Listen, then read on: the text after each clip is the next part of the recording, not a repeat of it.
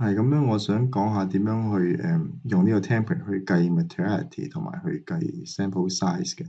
咁首先就有個 concept 要清楚咧，就係呢三樣嘢咧其實係有分別嘅。materiality、performance materiality 同埋 creative trivial。materiality 咧就係我哋計出嚟嘅一個比較大嘅數啦。咁一般咧我哋都係用 sales 去乘某個 percentage 去計出嚟嘅。如果 sales 唔識用咧，我哋先用total asset 去計咁樣，咁計咗個 materiality 出嚟。而 performance materiality 咧係一個比 materiality 細少少嘅數，而佢嘅計算方法咧亦都喺個 template 嗰度有條 formula 會係教你嘅，咁樣就每一個 item 都會唔同，即係 AR 個 performance materiality 啊，同 sales 個 performance materiality 都會唔同嘅。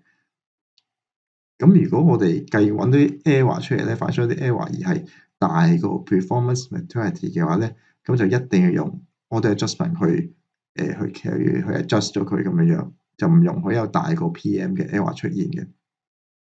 咁如果個 error 係細過 performance materiality 咧，咁樣就可以唔做 auto adjustment，但係就唔係話可以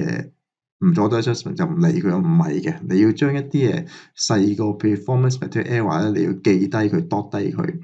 跟住到即係做晒 auto adjustment 之後咧，就要睇下呢啲 dot 低咗嘅 error 加埋晒之後咧，會唔會都超過咗 performance materiality？如果係嘅話咧，咁樣都係要過 auto adjustment 去 adjust 翻佢，等個